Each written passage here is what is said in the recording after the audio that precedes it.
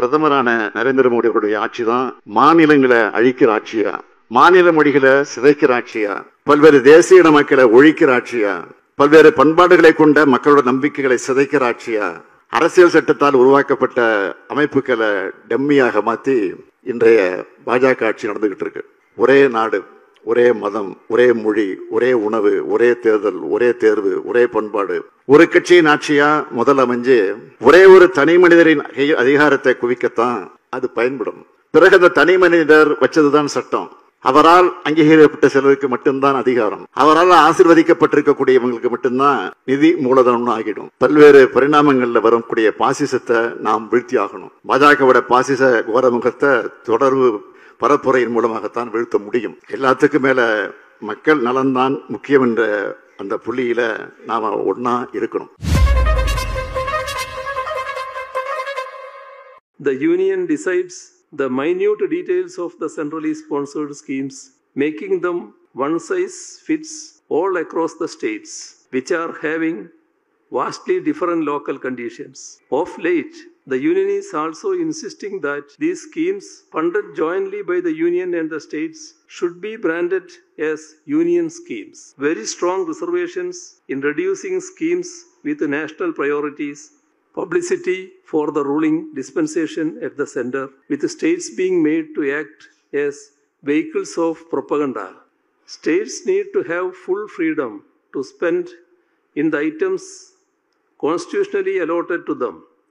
If the union considers certain priorities important, it should discuss these with the states, and together we need to raise our voice in the strongest possible manner against this tendency.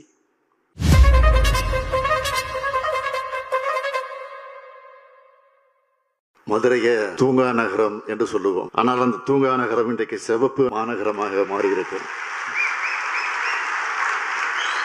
எங்கும் சிவப்பு நிறைஞ்சிருக்கிறத பார்த்து முதல் ஆளா மகிழ்ச்சி அடைகிறேன். ஏன்னா திராவிட முன்னேற்ற கழகத்துடைய கொடியில பாதி சிவப்பு.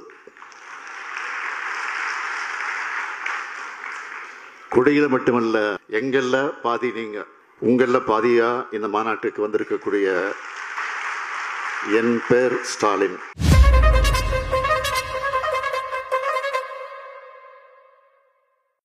நாட்டுக்கும் விடுதலை கிடைக்கணும். உங்க விடுதலையை பத்தி 2 வார்த்தை சொல்லி, விடுதலை 1, 2 ஒரு அற்புதமான திரை அனுபவம், அது பற்றி ஒரு 2 வார்த்தை நீ சொல்லி முடிக்கலாம். இல்லை, எனக்கு விடுதலை 45 வருஷம் நான் ஸ்கூலில் படித்தது, அப்பா அம்மா சொல்லி கொடுத்தது, காலேஜில் படித்தது, பாலமகேந்திரா சார்கிட்ட படித்தது, சமூகத்திலேருந்து படித்ததை விட இந்த 4 இயர்ஸில் எனக்கு நிறைய கற்றுக் கொடுத்துச்சு.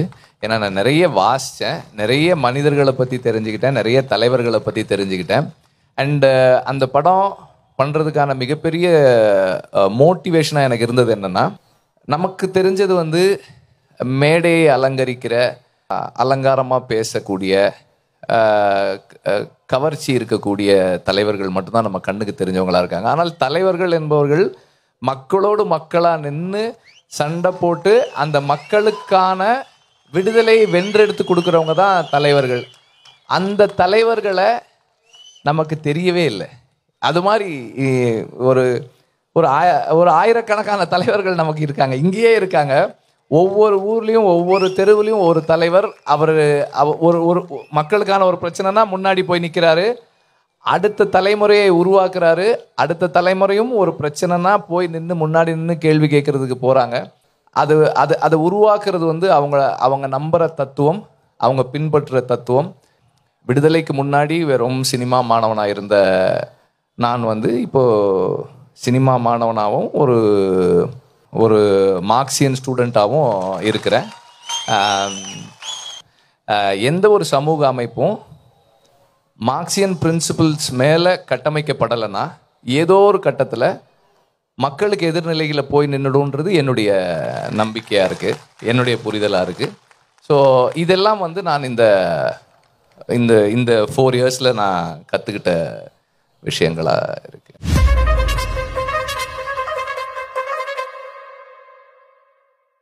எல்லோருக்கும் வணக்கம். எஸ்எஃப்ஐயில் மாநில மாநாடு கூட்டு போகிறாரு அண்ணன் சென்னைக்கு. அங்கே தலைமை தாங்கியவர் மேற்கு வங்காள முதலமைச்சர் ஜோதிபாசு அவர்கள்.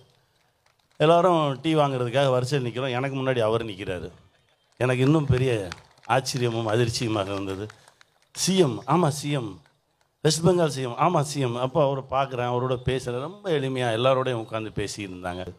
அவங்களுக்கு தனி முத்திரையெல்லாம் கிடையாது. என்ன ஒன்று, இந்த சிவப்பு கலரை பார்த்தாலே எல்லாருக்கும் ஒரு பீதி இருக்கும். ஏமாத்துறவனுக்கு ஒரு பீதி வரும், திருட்டுத்தனம் பண்ணுறவனுக்கு ஒரு பீதி வரும்.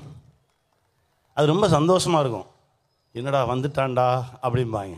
ஏன்னா இவன் திருடன்னு அர்த்தம். அதில் ஒன்று சேருவோம், பெரிய மாற்றத்தை கொண்டு வருவோம். வெல்லட்டும், வெல்வோம்.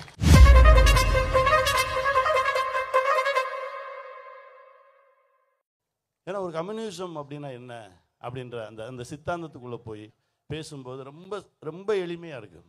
வர்க்க போராட்டங்களை ஒழிப்பது, வர்க்கத்தை ஒழிப்பதும் சமூகத்தில் இருக்கக்கூடிய ஏற்றத்தாழ்வுகளை சமமாக்குவதும் தான் ஒரு கம்யூனிச தத்துவம். அப்போ கம்யூனிஸ்ட்னா யார்? ஒரு பொது உடைமைவாதி. பொது உடைமைவாதி எப்படி இருக்கணும்? ஒரு காற்று மாதிரி இருக்கணும், ஒரு மலை மாதிரி இருக்கணும். எந்த விதமான பாகுபாடும் இல்லாமல் எல்லோருக்கும் எல்லாமும் வேணும், எல்லோருக்கும் எல்லாம் கொடுக்கணும் அப்படின்னு நினைக்கிறவன் தான் ஒரு கம்யூனிஸ்ட். அப்படின்னா கடவுளே கம்யூனிஸ்ட் தானே, எந்த ஏற்றத்தாழ்வும் இல்லையே. அப்படி தான் நான் பார்க்குறேன். என்ன ஒன்று, இந்த சிவப்பு கலரை பார்த்தாலே எல்லாருக்கும் ஒரு பீதி இருக்கும். ஏமாத்துறவனுக்கு ஒரு பீதி வரும், திருட்டுத்தனம் பண்ணுறவனுக்கு ஒரு பீதி வரும். அது ரொம்ப சந்தோஷமாக இருக்கும். என்னடா வந்துட்டான்டா அப்படிம்பாங்க. ஏன்னா இவன் திருடன்னு அர்த்தம். அதில் இதை ஒவ்வொரு முறை பார்க்கும்போது சந்தோஷமாக இருக்கும். ஒரு காட்சியில் ஒவ்வொரு படத்துலையுமே இந்த இடத்துல ரொம்ப ஓங்கி பேச போகிறோம் அப்படின்னா எனக்கு சிவப்பு சட்டை போட்டுக்கணும்னு தோணும்.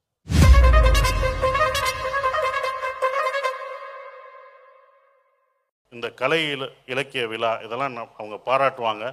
நந்தன் பார்த்துட்டு முதல்ல என்னை கூப்பிட்டு ஆஃபீஸில் பாலகிருஷ்ணன் ஐயா, தோழர் பாலகிருஷ்ணன் ஐயா கம்யூனிஸ்ட் ஆஃபீஸ்க்கு என்னை கூப்பிட்டு சென்னையில் பாராட்டின விஷயம் மறக்கவே முடியாது. அதை பாராட்டினது மட்டும் இல்லை, அவர் சொன்னது என்ன விஷயம்னா, இந்த மாதிரி விஷயங்கள் பஞ்சாயத்து தலைவர்கள் கொடியேற்றுவதற்கும் அவங்கள இது பண்ணுறதுக்கும் நாங்கள் போராடிக்கிட்டு இருக்கோம். எங்களுடைய தோழர்கள் பல இடத்துல அதுக்காக போராடிக்கிட்ட இருக்காங்க அப்படின்னு சொன்ன விஷயம் இருக்குது பார்த்தீங்களா.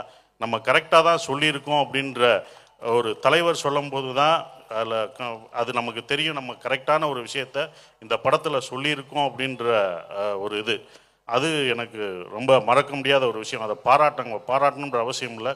நாங்கள் பண்ணுற நேரில் பண்ணுற கஷ்டப்பட்டு சொல்ல முடியாத ஒரு விஷயத்த நீங்கள் படம் மூலமாக சொல்லியிருக்கீங்க, அது ஜனங்களுக்கு போய் சேர்ந்துருக்கு அப்படின்றத படம் நந்தன் என்றைக்கும் அது பல காலத்துக்கு நிலைத்து நிற்கும்னு சொன்னார். அது கண்டிப்பாக இப்போ வரைக்கும் நிற்கிது. அது இந்த மேடை வரைக்கும் என்ன கூட்டு வந்திருக்குன்றது ரொம்ப சந்தோஷமான விஷயம்.